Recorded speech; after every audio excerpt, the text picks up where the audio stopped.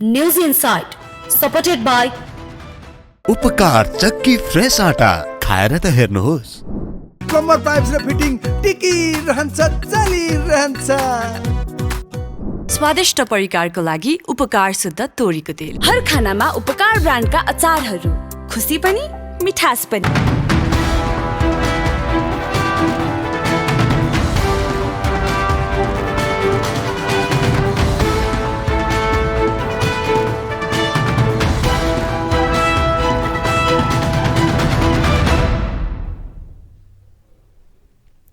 तपाईको चासोको न्यूजबारे विस्तृतमा बुझ्ने समय हो यो। खास न्यूजलाई खास कोणबाट हेर्ने समय हो यो।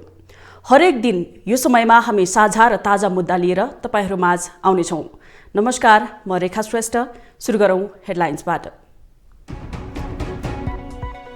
सत्य निरूपण तथा मेलमिलाप आयोग सम्बन्धित संशोधन विधेयक प्रतिनिधि सभामा पेश।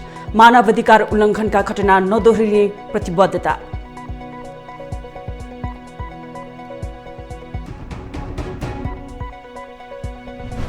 त्रिभुवन विश्वविद्यालय अन्तर्गतका आंशिक तथा सम्बन्धन प्राप्त अधिकांश क्याम्पसमा सवियो निर्वाचन सम्पन्न, नतिजा आउने क्रम सुरु।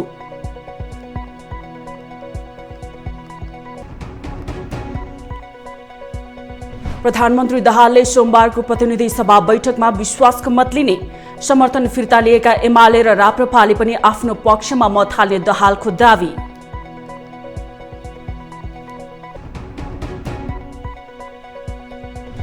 जासुसीको आरोपमा भारतीय जेलमा परेकी एक निर्दोष नेपाली 5 वर्षपछि जेलमुक्त। क्षतिपूर्ति र उपचार खर्च नपाएपछि छटपटाउँदै पीडित परिवार।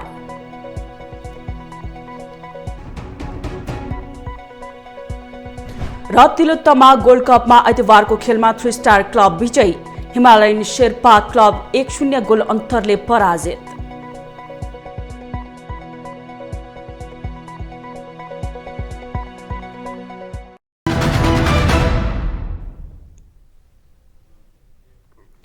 सञ्चार तथा सूचना प्रविधि मन्त्री रेखा शर्माले मानव अधिकारको गम्भीर उल्लङ्घनका कार्यमा पीडक र पीडितबीच मेलमिलाप हुन नसक्ने व्यवस्था विधेयकमा प्रस्ताव गरिएको बताएकी छन्। आइतबार बसेको प्रतिनिधि सभाको बैठकमा बोल्दै मन्त्री शर्माले सशस्त्र द्वन्द्वका क्रममा भएका मानवाधिकार उल्लङ्घनका घटनाको सत्य तथ्य पत्ता लगाउने, पीडितलाई न्याय र परिपूर्ण उपलब्ध गराउने र भविष्यमा मानवाधिकार उल्लङ्घनका घटना नदोहोरिने सुनिश्चितताका लागि प्रस्तुत संशोधन विधेयक महत्त्वपूर्ण आधारका रूपमा रहेको बताइन्। मानवाधिकारको उल्लङ्घनका घटनामा पीडितको स्वतन्त्र सहमति भएमा मात्र पीडक र पीडित बीच मेलमिलाप हुन सक्ने व्यवस्था राखिएको छ भने मानवाधिकारको गम्भीर उल्लङ्घनका कार्यमा पीडक र पीडित बीच मेलमिलाप हुन नसक्ने व्यवस्था प्रस्ताव गरिएको छ। त्यस्तै गरी विधेयकमा सशस्त्र द्वन्द्वका क्रममा भएका घटनालाई मानवाधिकारको उल्लङ्घन र मानवाधिकारको गम्भीर उल्लङ्घन गरी 2 प्रकारमा वर्गीकरण गरी मानवाधिकारको गम्भीर उल्लङ्घनमा संलग्न पीडकलाई सजाय हुने स्पष्ट व्यवस्था पनि गरिएको छ।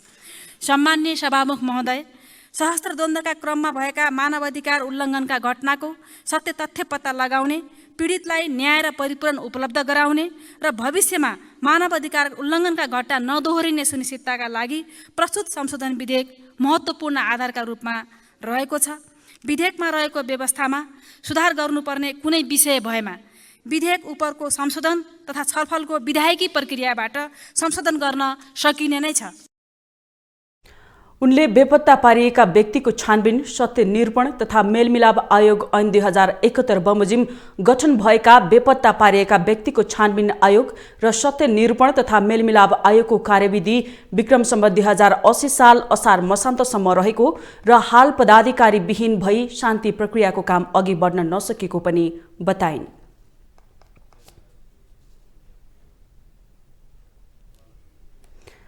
राष्ट्रिय प्रजातन्त्र पार्टीका प्रमुख सचेतक ज्ञानबहादुर शाहीले संसदमा पेश गरेको बेपत्ता पारिएका व्यक्तिको छानबिन, सत्य निरूपण तथा मेलमिलाप आयोग तेस्रो संशोधन विधेयक 2079 फिर्ता लिन सरकारसँग माग गरेका छन्।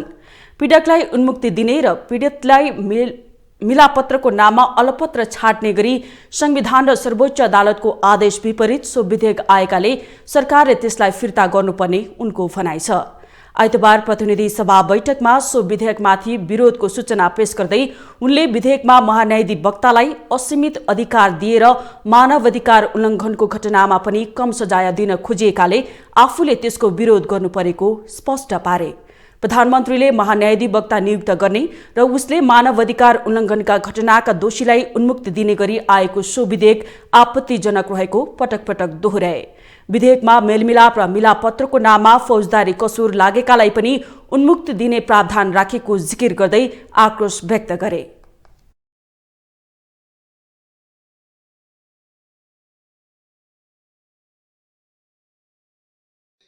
यो विधेयक पीडकलाई उन्मुक्ति दिने र पीडितलाई मिलापत्रको बहानामा त्यत्तिकै अलपत्र छाडिदिने प्रावधान गरिएको छ। फौजदारी अपराधलाई मिलापत्र गर्न मिल्दैन भन्ने विधिशास्त्रको सिद्धान्त छ। विधिशास्त्रको सिद्धान्त विपरीत हुने गरी यस्तो विधेयक ल्याउन सकिन्छ सभामुख महोदय? विधि र नीति हुन्छ, नीतिभन्दा बाहिर मान्छे मार्दै हिँड्ने अनि त्यसलाई विधेयक ल्याएर त्यसलाई कार्यान्वयन गर्न सकिँदैन सभामुख महोदय। यस विधेयकमा महान्यायाधिवक्तालाई मानवाधिकारको गम्भीर उल्लङ्घनका प्रकृतिका घटनामा पनि कम सजाय माग गर्ने र दिने खालका असीमित अधिकार प्रदान गर्न खोजिएको छ, जुन प्राकृतिक न्यायको सिद्धान्त विपरीत छ। सभामुख महोदय, महान्यायाधिवक्ता भनेको को हो?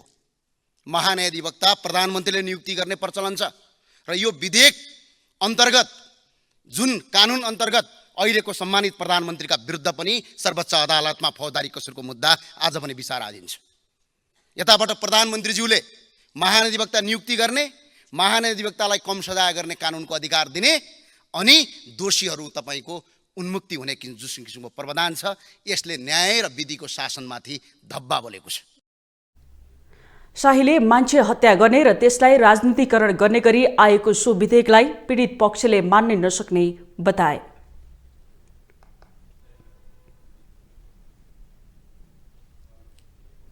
संक्रमणकालीन न्याय सम्बन्धी संशोधन विधेयकबारे आज सामाजिक सञ्जालमा चर्चाको विषय बनेको छ। केही सामाजिक सञ्जाल प्रयोगकर्ताहरूले यसलाई सकारात्मक भनेका छन् भने केहीले विरोध जनाएका छन्। केही सामाजिक सञ्जाल प्रयोगकर्ताको प्रतिक्रिया अबको क्रममा।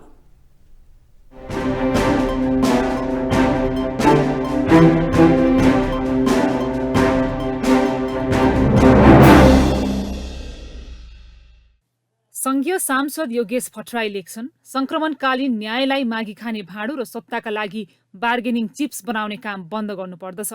वास्तविक पीडितहरूले न्याय पाउनुपर्छ, परिपूरणको व्यवस्था र पुनर्स्थापना हुनुपर्छ। न्याय मर्न हुँदैन, अपराधीलाई उन्मुक्ति हुँदैन। दुवै आयोगलाई निकम्बा बनाउने अदालतलाई काम गर्न नदिने नियत के हो? त्यसै गरी ओम कुमार थापाको भनाइ छ, भन्छन् बेपत्ता तथा सत्य निरूपण आयोग सम्बन्धी विधेयकको नाममा हत्या, हिंसा, विध्वंस, आतंक र लुटपाट जस्ता अपराधीकरणलाई राजनीतिकरण गरेर उन्मुक्ति दिने कुचेष्टा गरिन्छ भने त्यसलाई जनस्तरबाट अस्वीकार र प्रतिकार गर्दै पीडितलाई न्याय र पीडकलाई कडाभन्दा कडा सजायको लागि आवाज बुलन्द गरौं। यता गोविन्द कुमार थापा भन्छन्, जायज मार्ग निहत्या, जनताको बर्बर नरसंहार, क्यारेन्ज गर्ने दुवै आततायी फिल्लोनलाई सम्मान कानुनी नजरले हेरिनुपर्छ। पटाङ्गीमा पात कसेर कोर्ना हान्नुपर्छ। अपराध र अपराधी कर्मीको फेरहिस्त जिब्रोबाट फुत्त झर्छ। स्मरण रहोस्, त्यो जनता र बैंक लुट्ने, इभी सार्ने दुराचारी ग्याङको तथा कथित युद्ध थियो। त्यस्तै मानवी पौडेल ट्विट गर्छिन्, थुक्क, राष्ट्रिय लज्जा आतंककारी गतिविधिमा संलग्न रहेर ज्यान गुमाएकाहरूलाई राष्ट्रिय शहीदको दर्जा। यही त होला गणतन्त्रको सुन्दर पक्ष। बधाई छ आतंककारी गतिविधिमा सामेल रहेकालाई शहीद घोषणा गर्ने कार्यमा संलग्न दलहरू। यता सञ्जु कृष्ण हरि भन्छन्, सत्यको जुत्ता लगाइ नसक्दै झुट संसार घुमेर फर्किसक्छ। एमाले र माओवादीको सत्ता सहकार्य टुटेसँगै संक्रमणकालीन न्याय र द्वन्द्व पीडितको अधिकारको विषय चर्किन थालेको छ। युद्धको बेला सरकार र माओवादी दुवै पक्षका गरी जम्मा 14,342 जना हातहत भएको तथ्य तत्कालीन राष्ट्रिय मानवाधिकार आयोगका अध्यक्ष अनुपराज शर्माले तथ्यसहित राखेको थियो। पछि माधव नेपाल नेतृत्वको सरकारका बेला देवशंकर पौडेलको टिमले विद्रोही पक्ष, शान्ति मन्त्रालय र इन्सेकको प्रतिनिधि सहितको उक्त संख्या अझ कम देखाएको थियो। डाक्टर उपेन्द्र देवकोटाले 2600 58 थपेर 17,000 भन्न थाले। अहिले पूर्व न्यायाधीश सुशीला कार्की र कांग्रेस नेता लक्ष्मण घिमिरेले 18,000 पुर्याइसके। जबकि सन् 2012 को संयुक्त राष्ट्र संघीय मानवाधिकार आयोगले 13,246 मात्रको प्रतिवेदनमा उल्लेख छ। सचेत रहौं, कुखुरा हराएकोमा चिन्ता होइन, स्याल पल्कन थालेको छ।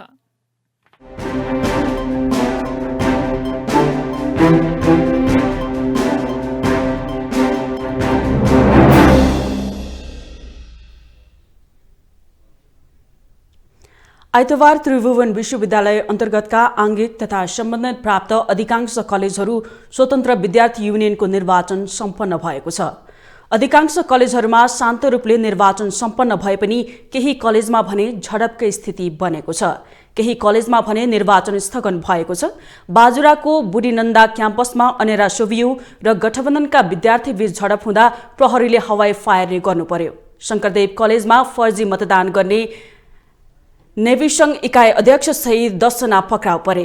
यता डोटी बहुमुखी क्याम्पसमा नेपाल कम्युनिस्ट पार्टी नेकपा विप्लव निकट अखिल क्रान्तिकारीका विद्यार्थीले डोटी बहुमुखी क्याम्पसमा मतपेटिका फुटाएका छन्। दाङका 4वटा विद्यालयमा विभिन्न विद्यार्थी संगठनको तालाबन्दीका कारण निर्वाचन हुन सकेन। शान्त रूपले मतदान भएका कलेजहरूको मत परिणाम आउन पनि सुरु भइसकेको छ।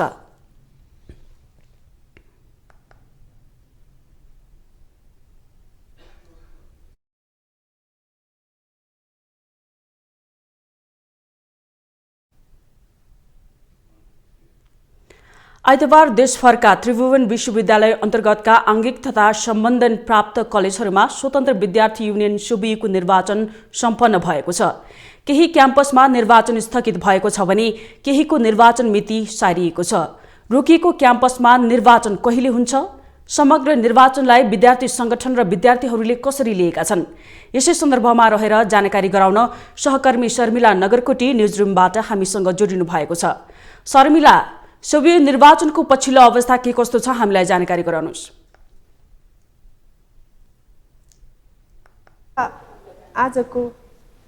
आजको यो सोभियु निर्वाचनको चहल पहल हेर्दा यो विद्यार्थीहरूको निकै नै उत्साहपूर्ण रूपमा सहभागिता रहेको थियो। आज विशेष गरी जुन यो 14 वर्षपछि भएको सोभियुको निर्वाचनमा विद्यार्थीहरूले आफ्नो मतदान गरेका छन् नयाँ नेतृत्व चयनका लागि। विशेष गरी यो अहिलेसम्मको जुन मतदान परिणाम छ, मतदान परिणाम जति पनि यो 60% भन्दा विद्यार्थीले मतदान गरेको भनेर त्रिवी सोभियु निर्वाचन अनुगमन समिति तथा समन्वय समितिले जानकारी गराएको अवस्था छ। त्रिभुवन विश्वविद्यालयका 62 वटा आङ्गिक तथा 1040 वटा सम्बन्धन प्राप्त विश्वविद्यालयका क्याम्पसहरूमा बिहान 8 बजेदेखि 4 बजेसम्म मतदानको समय सीमा तोकिएको थियो। त्यसै गरी अहिलेसम्म चाहिँ यो जुन त्रिचन्द्र कलेज आरआर क्याम्पस, यो विश्वभाषा लगायत अस्कल आयुर्वेद तथा पाटन क्याम्पस लगायत 8 वटा क्याम्पसहरूमा यो मतदान कार्य निर्वाचन हुन सकेको थिएन। त्यसै गरी आज नै यो डोटी क्याम्पसमा पनि निर्वाचनको मिति तोकिएको थियो भने डोटी क्याम्पसको पनि निर्वाचन स्थगित गरिएको छ। अहिलेसम्मको मतपरिणाम अनुसार अहिलेसम्म जुन मतपरिणाम सार्वजनिक भएको छ म त्यो बारे जानकारी गराउन चाहन्छु। अहिलेसम्मको मतपरिणाम अनुसार बर्दियाको जनसेवा बहुमुखी क्याम्पसमा रहेको क्याम्पसमा अखिल नेपाल राष्ट्रिय स्वतन्त्र विद्यार्थी युनियनको प्यानल विजयी भएको छ। त्यसै गरी एमाले निकट अनेरा सोभियु उम्मेदवार त्यहाँका लक्ष्मी प्रसाद नेउपाने नेतृत्वको प्यानल नै विजयी भएको छ।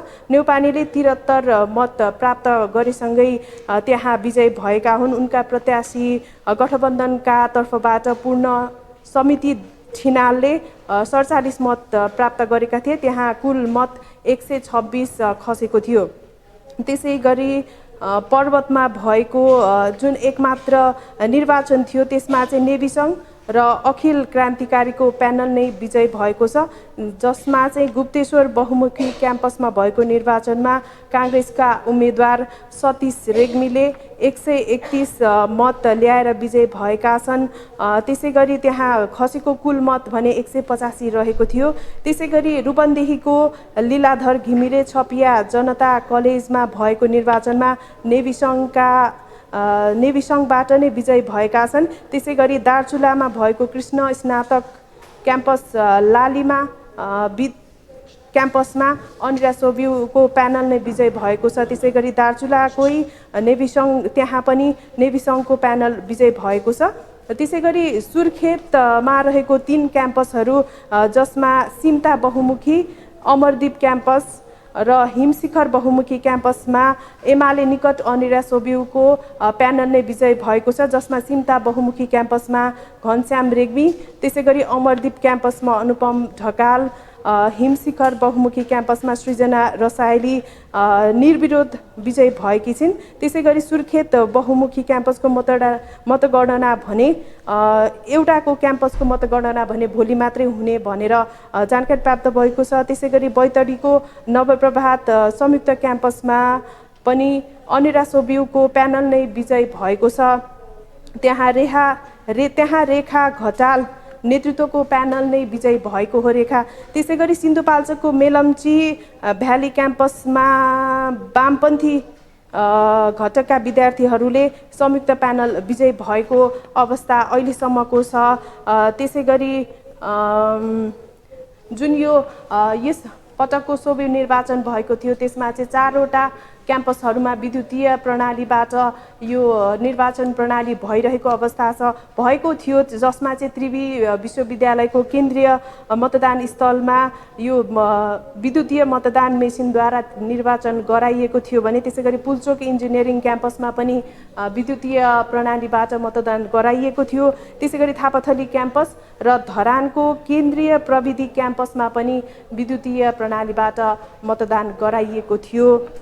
यसै गरी त्रिवीका 106वटा क्याम्पसमा निर्विरोध नेतृत्व चयन भइसकेको अवस्था छ, जसमा चाहिँ कोशी प्रदेशका 21वटा क्याम्पस, त्यसै गरी बागमती प्रदेशका 19वटा, गण्डकी प्रदेशका 12वटा क्याम्पस, लुम्बिनीका 34, त्यसै गरी कर्णालीका 14, सुदूरपश्चिमका 3 र उपत्यकाका 5 क्याम्पसहरूमा सोभि निर्वाचनमा भाग लिएका मध्ये ती क्याम्पसहरूमा निर्विरोध उम्मेदवार चयन भइसकेका छन्। रेखा, निर्वाचन स्थगित भएका क्याम्पसहरूको निर्वाचन अब कहिले हुन्छ, तपाईँलाई केही जानकारी छ भने जानकारी गराउनुहोस्।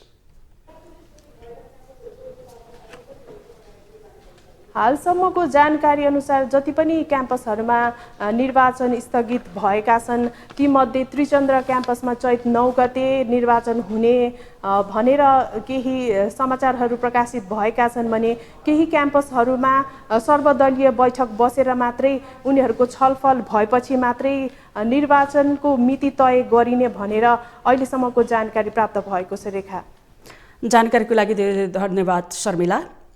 उहाँ हुनुहुन्थ्यो सहकर्मी शर्मिला नगरकोटी, हामीलाई निर्वाचनको मत परिणामको पछिल्लो अवस्थाको बारेमा जानकारी गराउँदै हुनुहुन्थ्यो। अब लागौँ बाँकी रिपोर्टतर्फ। आइतबार देशभरका त्रिभुवन विश्वविद्यालय अन्तर्गतका आङ्गिक तथा सम्बन्धन प्राप्त कलेजहरूमा स्वतन्त्र विद्यार्थी युनियन सोभियुको निर्वाचन सम्पन्न भएको छ। कतै विवाद भयो त कतै शान्त वातावरणमा निर्वाचन गर्ने मूल थलो त्रिभुवन विश्वविद्यालय परिसरमा चाहिँ कस्तो देखियो त चुनावी माहौल? सहकर्मी शर्मिला नगरकोटीले तयार पारेको स्थलगत रिपोर्ट अबको क्रममा। यो सोभियु निर्वाचन स्वतन्त्र विद्यार्थी युनियनको यो 14 वर्षपछि भएको निर्वाचनको माहौल देखाइरहेका छौँ यो त्रिवी विश्वविद्यालयको प्राङ्गणबाट। जुन स्वतन्त्र विद्यार्थी युनियनको यो निर्वाचन छ यसमा चाहिँ कस्तो उम्मेदवारहरूले चाहिँ जितोस् जस्तो लाग्छ, उनीहरूले चाहिँ कस्तो खालको मुद्दाहरू उठाइदियोस् जस्तो लाग्छ विद्यार्थीका लागि? विद्यार्थीले जब चाहिँ एउटा चाहिँ फिमेल र मेल दुइटै चाहिँ स्टुडेन्टलाई चाहिँ गाइड गर्ने खालको र हाम्रा शिक्षाका मुद्दा जसले चाहिँ कुना कन्द्रताबाट आएका जुन विद्यार्थी छन् उनीहरूलाई चाहिँ सेवा सहुलियत कति पाइन्छ त, त्यसबाट चाहिँ कसरी उनीहरूलाई वञ्चित गर्न सकिँदैन त, त्यस्ता हगितको लागि चाहिँ अगाडि बढ्न सक्ने हाम्रा साथीहरूलाई नै चाहिँ हामी एउटा निर्वाचनमा चाहिँ जिताउन चाहन्छौँ। म गोविन्द विष्ट, म अखिल क्रान्तिकारी विद्यार्थी सङ्गठनको सचिवालय सदस्य र त्रिभुवन विश्वविद्यालयको इन्चार्ज। यो 14 वर्षपछि सोभियु निर्वाचन भइरहेछ, यो माहौल देखिरहेका छौँ हामी, निकै नै खुसी जस्तो पनि देखिएको छ, उमङ्ग जस्तो 14 वर्षपछि भएको अवस्थामा यो चाहिँ 14 वर्षमा भयो, 2-3 वर्षमा हुनुपर्ने, यो चाहिँ के कारणले भएन जस्तो लाग्छ? मुख्य दुईटा कुरा छन्। हाम्रो विद्यार्थी सङ्गठनले एउटा माग उठाइराखेको विषय पनि के हो भने विश्वविद्यालयमा चाहिँ राजनीतिक भागभण्डाको अन्त्य हाम्रो विद्यार्थी सङ्गठन चाहन्छ। सबै क्याम्पसहरूमा क्याम्पससिपहरू राजनीतिक भागभण्डाका कारणले आएका छन् र प्रत्येक क्याम्पससिपले आफ्नो क्याम्पससिपमा आफ्नै विद्यार्थी सङ्गठनले मात्रै जितोस् भन्ने आकाङ्क्षा राख्छन्। त्यसको पनि कारण छ। त्यसको कारण के हो भने सम्बन्धित प्रशासनले चाहिँ आफू अनुकूलका मान्छे ल्याउन चाहन्छन् र उनीहरूले चाहिँ क्याम्पस प्रशासनमा चाहिँ प्रशासनिक हिसाबले सबै हिसाबले काम गर्नका निम्ति सहज बनोस्, अथवा त्यहाँ चाहिँ थुप्रै अपचलनका विषयहरू पनि हुन्छन्, आर्थिक अपचलनका विषयहरू पनि हुन्छन्, ती विषय पनि जोडिन्छन्। आफू अनुकूलको मान्छे आएन भने उनीहरूले निर्वाचन नगराउने हुन्छ। तपाईँ एउटा यो सङ्गठन विद्यार्थी सङ्गठनकै प्रतिनिधि भइराख्दाखेरि चाहिँ जुन यो सोबिउले विद्यार्थी हक हितमा जुन आवाजहरू उठाउनु पर्थ्यो, मुद्दाहरू उठाएर चाहिँ त्यसको समाधानमा लाग्नु पर्थ्यो, कति के लाग्छ तपाईँलाई यो समाधान भएको छ कि विद्यार्थीहरूको समस्या मुद्दाहरू उठेको छ त? विषय केही नउठ्ने त होइनन्, तर हामीले यसको इतिहास हेऱ्यौँ भने स्वतन्त्र विद्यार्थी युनियनको अथवा विद्यार्थी सङ्गठनको एउटा गर्विलो इतिहास छ। यो देशमा पोलिटिकल पार्टीहरू खोल्न नपाउने स्थिति र सहज ढङ्गले बोल्न नपाउने परिस्थितिमा चाहिँ विद्यार्थी सङ्गठनको चाहिँ उत्पत्ति भएको थियो, विद्यार्थी सङ्गठन त्यसरी विकास भएको थियो। तर आजका दिनमा आउँदा विद्यार्थी सङ्गठन प्रतिपक्षीय भूमिकासहित आएको चाहिँ आन्दोलन थियो। तर आज चाहिँ नेताहरूको नै चाहिँ वरिपरि घुम्ने, सिंहदरबार वरिपरि घुम्ने, उनीहरूले सरुवा बरुवाका फाइल बोक्ने, नेताहरूका पिए बन्नेतिर गइरहेको छ। यो आज जे हुनुपर्थ्यो त्यो भइरहेको छैन। अझै भन्ने भने त हामीले के भन्छौँ भने विद्यार्थी जस्तो छैन, विद्यार्थी सङ्गठन जस्तो छैन, क्याम्पस जस्तो छैन। यो सबै कुरा बदल्न जरुरी छ। आशा त म चाहिँ विद्यार्थी राजनीति नै हुनु हुँदैन भन्ने खाले धारणा बोकेको छु। तैपनि अब यो मास्टर्स पढ्ने मान्छेहरू सबै आफै उठिराख्नु हुँदाखेरि आफ्नो समस्या के छ भनेर बुझिराख्नु भएको छ र अहिलेको वर्तमान स्थिति पनि उहाँहरूले महसुस गरेको हुँदा केही न केही परिवर्तन हुन्छ भन्ने आशमा छौँ। भोट माग्नुलाई अथवा प्रचार प्रसार गर्नुलाई मान्छेहरू हिचकिचाइरहेका थिए। अब साथीहरू, चिनेको साथीहरू नजिकका कोही उठेका छन्, उनीहरूलाई पहिलेदेखि चिनिराखिएको छ भनेदेखि उनीहरूले काम गर्छन् जस्तो अनुभूति भएको छ भनेदेखि सायद उनीहरूलाई दिएला। तर यही मान्छे राइट पर्सन हो भन्ने कुराको आइडिया चाहिँ छैन कसैलाई पनि जस्तो लाग्छ मलाई चाहिँ। अब बाँकी त अरूले जान्ने कुरा भइहाल्यो। जस्तै चुनाव हुनु चाहिँ राम्रो कुरा हो, प्रतिनिधित्व हुनु कुनै सङ्गठनहरू अथवा उसहरू भएर विद्यार्थीको हकहितको लागि। तर को उठ्या छ थाहै छैन, अनि त्यो कसैको नाममा दिनरात त्यो सुत्नै नदिने गरी मेसेज गरिरहेको छ। यो सामान्य हिसाबले आतङ्कै छ कि भन्नाले फोनमा त मेसेज गर्ने, फोन उस गराउने, मान्छे चिने छैन को राइट को गलत, अनि त्यसपछि कसको पृष्ठभूमि चाहिँ कस्तो छ, कस्तो पृष्ठभूमिबाट आएको, विश्वास गर्न लायक हो होइन, यो कुराको चाहिँ मतलबै छैन। र मलाई हालै भनेर अनि त्यो आतङ्कै मचिरहेको छ उसमा। यो खालको कुराहरूमा चाहिँ अब विचार गर्नुपर्छ जस्तो चाहिँ लाग्छ। अब अझै मलाई चाहिँ को कस्तो छ थाहा छैन। अब जाने हो, गएपछि चाहिँ त्यही चित्र देखाएछन्, चित्र देखाएकै आधारमा बटालेर आउने हो। म चाहिँ फर्स्ट टाइम हो होइन, रमाइलो लागेको छ भनौँ न। कस्तो भन्ने जुन भित्र गएपछि चाहिँ डिजिटल्ली दिने, यो इलेक्ट्रोनिकली मतदान दिने भनेर भनेको छ, यो बारेमा चाहिँ कतिको जानकार हुनुहुन्छ? खासै जानकार छैन म। भित्र गएपछि जे हुन्छ त्यही भन्ने हो? हजुर त्यही हो। अनि कस्तो उम्मेदवारले चाहिँ जितोस् नै जस्तो लाग्छ त? त्यसो उम्मेदवार त विश्वविद्यालयको समस्याहरू समाधान गर्ने, त्यही त हो नि। अब विश्वविद्यालयमा हरेक समस्याहरू छन् होइन, त्यही हो। मैले चाहिँ धेरै लामो समय पछाडि फेरि अर्को पटक पनि यहाँ सोभि चुनावमा चाहिँ मतदान गर्न आएको हो। वास्तवमा कस्तो मान्छेले जित्ने भन्दा पनि विद्यार्थीका सामान्य नैसर्गिक अधिकारको रूपमा प्राप्त गर्नुपर्ने अधिकारहरूलाई चाहिँ विद्यार्थीको तर्फबाट पनि लबिङ गर्न सक्ने खालकोले जितोस् भन्ने मेरो चाहना हो। अहिले त यो राम्रै महसुस भइरहेछ कि तिरपीको लागि व्यवस्था राम्रोसँग होस् होइन। तिरपीको व्यवस्थित गर्नको लागि एउटा लिडर चाहियो होइन, अभिभावकको रूपमा एउटा लिडर चाहियो। त्यस्तो लिडर चुन्नको लागि अलिकति यो हुन्छ भने राम्रै लाग्छ, राम्रै फिलिङ्स भइरहेछ। यो व्यवस्थामा सुध्रोस् भनेर, स्टुडेन्टको लाइफ राम्रो होस् भनेर। त्रिभुवन विश्वविद्यालयबाट सम्बन्धित प्राप्त तथा आङ्गिक कलेजहरूमा आइतबार निर्वाचनको मिति तोकियो, तर सबै कलेजहरूको निर्वाचन भने हुन सकेन। विभिन्न राजनीतिक दाउपेच तथा स्वार्थ केन्द्रित हुँदा निर्वाचन रोकिएको हो। निर्वाचन रोकिएपछि विद्यार्थीहरू निराश देखिएका छन्। 21 गते मतदाता नावली सार्वजनिक हुनुपर्ने, भोटर लिस्ट सार्वजनिक हुनुपर्ने, त्यसकै विभिन्न धाँधलीहरू भएर चाहिँ भोटर लिस्ट एकदमै ढिला। हाम्रो चाहिँ यहाँ अस्ति भर्खर 3 गते सार्वजनिक भयो। त्यसपछि दाबी विरोधको हामीलाई एकदम कम समय हुँदाखेरि हामीले दाबी विरोध दिँदाखेरि पनि पछि त्यसमा दोस्रो दिन हामीलाई त्यो भोटर लिस्ट टाँसियो राति 2:30 बजे। त्यतिखेर पनि त्यही सेम लिस्ट टाँसियो। त्यसमा चाहिँ फर्जी भर्ना परेका विद्यार्थीहरू जो चाहिँ सम्पूर्ण प्रमाणहरू नपुर्याइकन जो भर्ना गरेका छन् हो, त्यही विद्यार्थीहरूलाई चाहिँ समेटेर लिस्ट टाँसियो। अनि हामी अन्तर्राष्ट्रियले चाहिँ त्यसलाई हाम्रो दाबी विरोधलाई सुनवाई गर्नु पर्यो, फर्जी भर्ना बन्द गर्नु पर्यो, तिनीहरूको लिस्ट टाँस्नु भएन भनेर तालाबन्दी गर्यो। सोभि चुनाव नचाहने केही अराजक तत्त्व अराजनीतिक गतिविधि अराजनीतिक झुन्डहरू हुन्।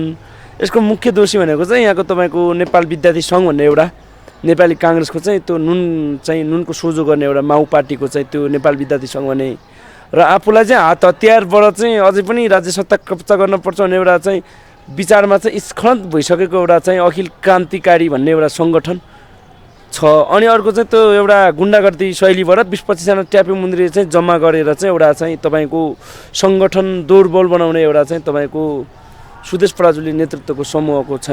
मेन दोषी चाहिँ ती सङ्गठनहरू हुन्। ती सङ्गठनहरूले चुनावै चाहेको छ। हाम्रै विद्यार्थी सङ्गठनका विभिन्न साथीहरूको पराजित मानसिकता। सर्वप्रथम त अब आफ्नो के भन्छन् अब आफभन्दा जुनियर मान्छेहरू नेता हुन लागे र क्याम्पसको यो सोभिउ भनेको खास क्याम्पसको विकासको लागि हो। क्याम्पसको विकासको लागि नभएर राजनीतिक लाभ राजनीतिक प्रलोभनमा पढ्ने विद्यार्थी नेताहरूले गर्दाखेरि यो सोभिउ नहुन सकेको हो।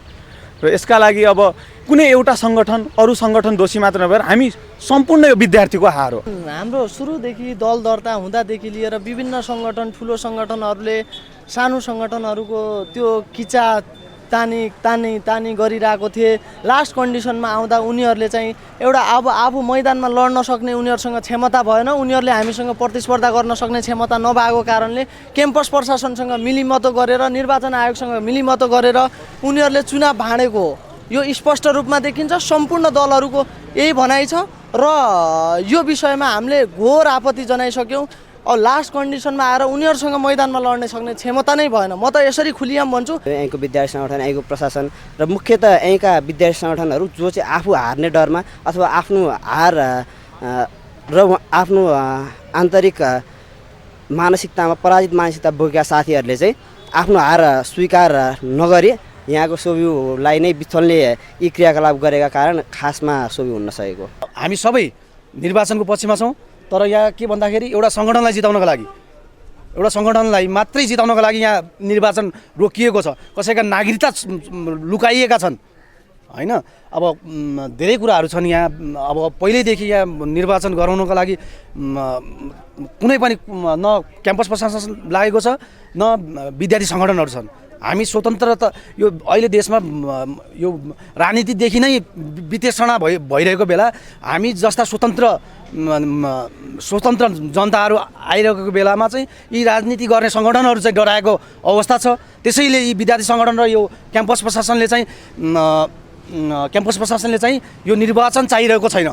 नेपाल कमर्स क्याम्पस बनाउनका लागि चाहिँ यिनीहरू लागेका छैनन्। यहाँ धेरै गलत गतिविधि भइरहेका छन्। यसको भण्डाफोर गर्नका लागि हामी आएका छौँ।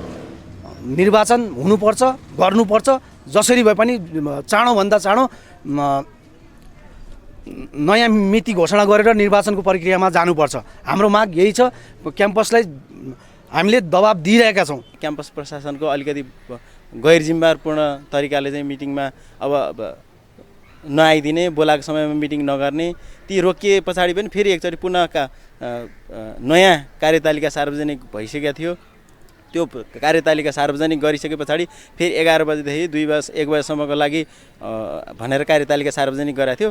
फेरि तपाईँको त्यो के भन्दा त्यो बेलामा सर्वदलीय मिटिङ बोलाउने, त्यस पछाडि भाँडिदिने भए पछाडि फेरि अनि त्यही जुन अमुक तत्त्वले नै तालाबन्दी गर्यो र त्यो तालाबन्दी खोल्नलाई अर्को 5वटा शक्ति समूहले तालाबन्दी गरिदिए। त्यस पछाडि अहिलेसम्म अन्यायको बन्दी भयो। विद्यार्थी लहरहरू धेरै भए आन्दोलन गर्ने, टिचरलाई धम्काउने, विद्यार्थीलाई लतार्ने, झम्टिने काम भएको कारणले हामी एउटा अभियान चलाएका थियौँ। जुन प्राइभेटका सिआरहरूको अभियान थियो, जुन अभियानमा चाहिँ हामीले स्वतन्त्र जिताउने अभियान थियो, त्यो अभियान बाहिर लिक भएको कारणले पनि यहाँ सङ्गठनहरू डराए। यो सङ्गठनमा चाहिँ सङ्गठनभित्रका मान्छेहरू चाहिँ स्वतन्त्र उठिरहँदाखेरि स्वतन्त्रमा म धेरै जाने भयो, अब सङ्गठन हामी दबाब भने भनेर उनीहरूले पोस्टमाइन गरेको यो कुरा सबै खुल्यामै थाहा छ। टियुको कार्यविधि अनुसार जसको दल दर्ता सुरुमा भयो त्यसको चाहिँ मतपत्रमा सुरुमा नम्बर 1 मा नाम हुनुपर्ने होइन त, हाम्रो सङ्गठनको नाम चाहिँ हुनुपर्ने भन्ने टियुको कार्यविधिमा छ। अनि हामीले त्यो क्याम्पस प्रशासनलाई सानो माग राखेर हाम्रो दल दर्ता गरेको पहिलो नम्बरमा, अनि हामीले दल दर्ता गरेको पहिलो नम्बरमा भएपछि अनि हाम्रो पनि त्यहाँ मतपत्रमा पहिलो नम्बरमा आउनुपर्छ भन्ने हाम्रो अन्नासुबीको माग हो। हामी कुनै पनि चुनावको भाड्ने पक्षमा थिएनौँ, चुनाव नहुने पक्षमा होइन। हामी चुनाव गर्नुपर्छ र चुनाव नियमित हुनुपर्छ भन्ने पक्षमा अन्नासुबी सधैँ बोल्दै आएको छ। हुनु पनि पर्छ भन्ने हामी यो जोरदार माग राख्दछौँ।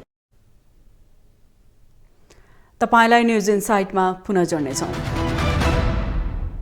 प्रधानमन्त्री पुष्पकमल दाहालले आफूले सोमबारको प्रतिनिधि सभा बैठकबाट 100% सांसदहरूको विश्वासको मत पाउने आशा राखेको बताएका छन्। दाहालले पहिला 99.25% सांसदहरूको विश्वासको मत पाएको उल्लेख गर्दै सोमबार 100% पुग्ने आशा व्यक्त गरेका हुन्। हालसम्म नेपाली कांग्रेस, नेकपा एकीकृत समाजवादी र राष्ट्रिय स्वतन्त्र पार्टीले विश्वासको मत दिने औपचारिक निर्णय गरिसकेका छन्। प्रधानमन्त्री दाहालले सोमबार विश्वासको मत लिनेछन्। आशाको कुरा गर्दा त पहिला विश्वासको मत लिँदा 99.25 थियो, भोलि 100 नै हुन्छ भन्ने आशा। प्रतिनिधि सभाको बैठक चैत 6 गते सोमबार 1 बजे बस्नेछ। पुस 10 मा एक ठाउँमा उभिएका एमाले, राप्रपा लगायतका दलहरूले सरकारलाई दिएको समर्थन फिर्ता लिएपछि प्रधानमन्त्री दाहालले विश्वासको मत लिनु परेको हो।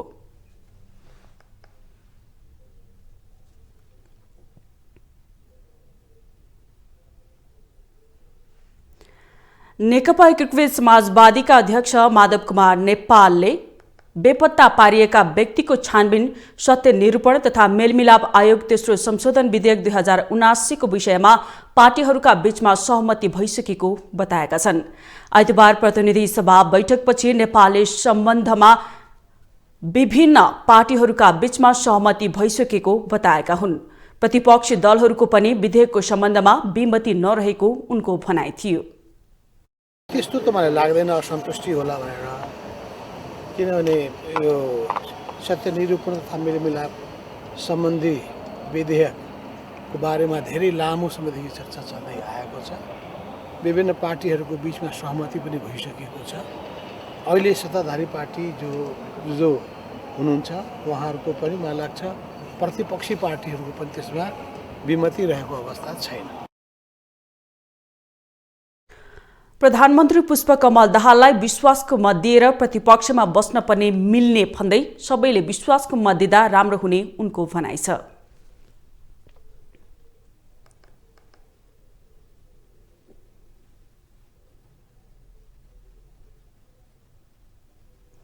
सभामुख देवराज घिमिरेले पत्रकार बिक्रीमा छन् भनेर दिएको अभिव्यक्तिप्रति संसद बैठकमा विरोध जनाइएको छ।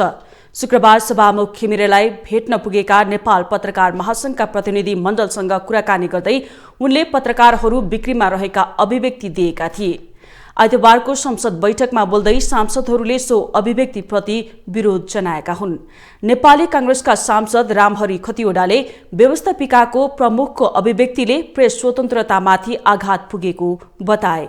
उनले सभामुखको अभिव्यक्तिले प्रेस स्वतन्त्रतामाथि आघात पुगेको भन्दै सभामुखको त्यसतर्फ ध्यानाकर्षण गराए। सम्माननीय सभामुखले पत्रकार बिक्रीमा छन् भन्ने अभिव्यक्ति दिएर चर्चामा हुनुहुन्छ। व्यवस्थापिकाको प्रमुखले नै यस्तो अभिव्यक्ति दिँदा प्रेस स्वतन्त्रमाथि परेको आघातको बारेमा सोचिएको छ कि छैन त्यतातिर पनि ध्यान दिनुहोस्।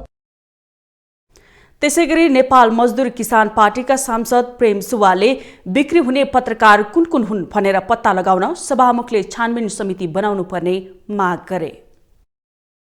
सभामुख महोदयको एउटा अर्को आएको छ पत्रकारहरूको बारे। अब हुनु त पत्रकारहरूको बारे यहाँले अध्ययन गरेर भन्नुभएको भए छानबिन समिति नै बनाउनु पर्यो। तर सबै पत्रकार त्यस्तो नहोला। कुन कुन हो पीत पत्रकारिता चलाउने, त्यो चाहिँ हामीले कि सभामुख महोदयबाट एउटा छानबिन समिति हुनु पर्यो।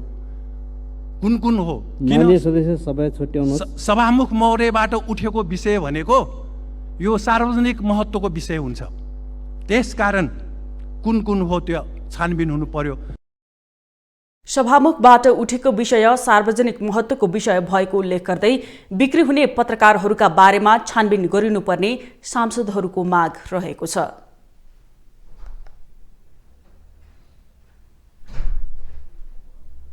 एक नेपाली महिला जसलाई बंगलादेशको जासुस भएको अभियोग लगाइन्छ, अनुसन्धानका लागि भन्दै 4.5 वर्ष भारतीय जेलमा राखिन्छ र प्रमाण नपुगेपछि उनलाई फिर्ता पठाइन्छ। यो घटना हो सर्लाहीको हरिपुर 5 लक्ष्मीपुरकी जन्नत खातुनको। उनी नेपाल फर्किएपछि यो घटना सार्वजनिक भएको हो। खातुनको यो कारुणिक भोगाई अबको क्रममा। सर्लाही लक्ष्मीपुरकी जन्नत खातुन 3 छोरा 1 छोरी गरी 4 सन्तानकी आमा हुन्। करिब 5 वर्ष अघि श्रीमान बितेपछि जन्नत एक्लै जीवन गुजार्दै आएकी थिइन्। श्रीमान बितेको वियोगमा आफूलाई सम्हाल्न नसकेपछि जन्नतले मानसिक सन्तुलन गुमाइन्। 2074 सालतिरको कुरा हो। जन्नतको मानसिक अवस्था बिग्रिएपछि हेरचाहका लागि सिराहाको लाहान घर भएकी छोरी ज्वाइँ कहाँ पुगिन्। गाउँघरतिर उनलाई नदेखेका छिमेकीले छोरीको घरमा गएको सुने, त्यसपछि खासै सोधखोज गरेनन्। जन्नतकी छोरी भन्छिन्, दिमागी बिमारी भएर आफ्नो घर पुगेकी आमालाई हामीले सम्हालेर राख्न सकेनौं। एक दिन छोरी ज्वाइँको घर पनि छोडेर जन्नत आफ्नै सुरमा बाटो लागिन्। जन्नतलाई आफू कहाँ जाँदैछु भन्ने पनि थाहा थिएन। उनी बसमा चढ्दै अगाडि बढिन्। बसमा भाडा नभएपछि उनलाई बीच बाटोमै बसबाट ओह्रालिन्थ्यो। त्यसैगरी यात्रा गर्दै उनी भारत र बंगलादेशको सीमा क्षेत्रमा पुगिन्। उनलाई भारतीय प्रहरीले समात्यो र बंगलादेशबाट जासुसी गरेको अभियोगमा थुनामा राख्यो। जासुसीको अभियोग प्रमाणित नभएपछि उनी करिब 4.5 वर्ष भारतीय जेलमा बन्दी जीवन बिताएर जीवन र मरणको दोसाँधमा रहँदा आफ्नो घर आइपुगेकी हुन्। जब हम बीमार पड़ गेलिए तो हम नहीं एकरा घेरे सकलिए। हमर सास ससुर सब जे भेली से करे ला चाहलकै, तभी भी ओत से भाग गली। अब ओत से भाग गेली तो कोई न भेली काम करे वाला। ओत से भागते भागते अब भटकते भटकते रास्ता भटक गेली, घरों न आवे सकली। इंडिया पकड़ा गेली एकरा को कि बंगलादेश को बॉर्डर में इलिगल प्रवेश गरेको। यो तो मेन्टली रूपले गयो, यता घुम्दै गयो के 4 सालदेखि यसको केही थाहा थिएन। यो त आफ्नो मेन्टली रूपले उता गयो घुम्दै। अब उनीहरू भन्छ के बंगलादेशमा इलिगल प्रवेश भनेर यसको केस हान्दियो। जन्नतले पटक पटक आफू बंगलादेशी नभएर नेपाली भएको बताउँथिन्, तर उनीसँग प्रमाण नभएपछि उनको सुनवाई हुँदैन थियो। जन्नतका ज्वाइँ मोहम्मद अनवर लहेरी भन्छन्, आफूहरूले सासू जेल परेको थाहा पाएपछि 3 पटक भेट्न र लिन गयौं, तर जेल प्रशासनले उनलाई पठाउन मानेनन्। त्यसबेला जन्नत बिरामी थिइन् र त्यहाँको सरकारी अस्पतालमा उनको उपचार भइरहेको थियो। एक दिन अस्पतालबाट फोन आयो, जन्नत बिरामी भएकाले लिन आउनुहोस्। यहाँबाट उनको छोरा फिरोज लहेरी र ज्वाइँ अनवर लहेरी जन्नतलाई लिन भारत पुगे। त्यहाँ एक भारतीय संस्थाले उनको रेखदेख गरेको रहेछ। त्यहाँ पुगेपछि संस्थाले हतारमा विभिन्न कागजातमा सही छाप र ल्याप्चे लगाउन लगाएर जन्नतलाई घर लिएर जान अनुमति दियो। उता गएपछि डाइरेक्ट हामीहरूलाई सिग्नेचर भन्दै थियो लिन। म त दिएन, तर यसको सनको यसलाई भनिदियो, अंगूठा पहिला लगायो। यिनीहरू आपसमा सबै मिलेर यसलाई गला लिन्छ, मला पनाउँछ, के गर्छ, हामीहरूलाई के अरे गर्दैन। यिनीहरूले त बाजी मार्यो के। यसको जो सरकार उताको सरकार छ नि, मोदीले जुन हेल्प गरेको त्यो सबै उतैको सबै दलालहरू खायो। हामीहरूलाई केही हेल्प गरेन, बस एम्बुलेन्स मात्रै अरेन्ज गरेको, यसलाई पठाउन मात्रै। अहिले जन्नत राम्रोसँग बोल्न सक्दिनन्, शरीरमा हाड र छाला मात्रै बाँकी छ। जन्नतलाई डाक्टरले छातीमा पानी जमेको छ, मृगौलामा समस्या छ, मुटु सम्बन्धी रोग छ, दम लगायतको रोग छ भनेको छ भन्दै उनका ज्वाइँ मोहम्मद अनवर भन्छन्, निर्दोष मान्छेलाई त्यत्रो वर्ष जेल हालियो। यो अवस्था आएपछि निर्दोष साबित गर्दै घर फर्काइयो। अहिले न हामीसँग जन्नतको उपचार गर्ने पैसा छ, न त भारत सरकारबाट क्षतिपूर्ति नै पायौं। तिलोत्तमा गोल्ड कप फुटबल प्रतियोगिता अन्तर्गत आइतबारको खेलमा 3 स्टार क्लब विजयी भएको छ। बुटौल 11 देवीनगर स्थित एन्फा टेक्निकल सेन्टरको मैदानमा भएको खेलमा साबिक विजेता 3 स्टारले हिमालयन शेर्पा क्लबलाई 1-0 गोल अन्तरले हराएको हो।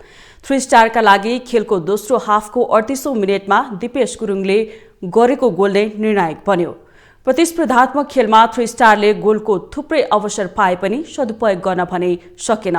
हिमालयन शेर्पा पनि गोलको अवसर सदुपयोग गर्न नसक्दा पराजित हुन पुग्यो। आइतबारको खेलमा 3 स्टारका Loken Limbu man of the match घोषित भए। उनले नगद 11,111 रुपैयाँ प्राप्त गरे। प्रतियोगिता अन्तर्गत सोमबार विभागीय टोली सशस्त्र प्रहरीको एपीएफ र फ्रेन्च क्लब बीच प्रतिस्पर्धा हुनेछ। 2 टोली बीचको खेल दिउँसो 3 बजे हुने आयोजकले जनाएको छ। 2 विभागीय सहित 8 टिम सहभागी प्रतियोगिता विजेताले 11,11,111 रुपैयाँ र उपविजेताले 5,55,555 रुपैयाँ प्राप्त गर्नेछन्।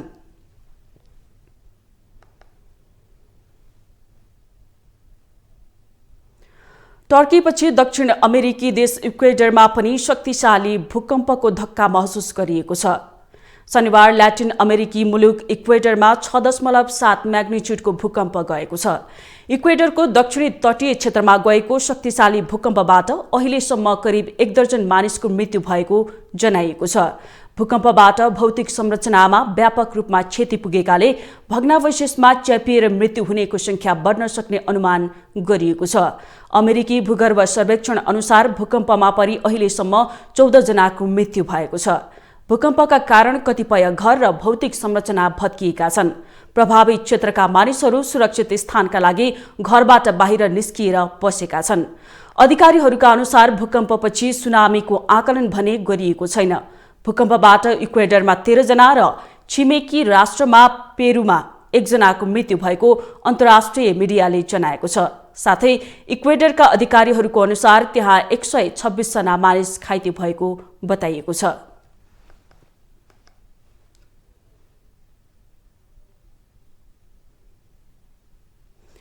देश विदेशका यस्तै विभिन्न विषयवस्तुसँग हामी तपाईलाई जोडिरहनेछौँ न्युज इनसाइडमा।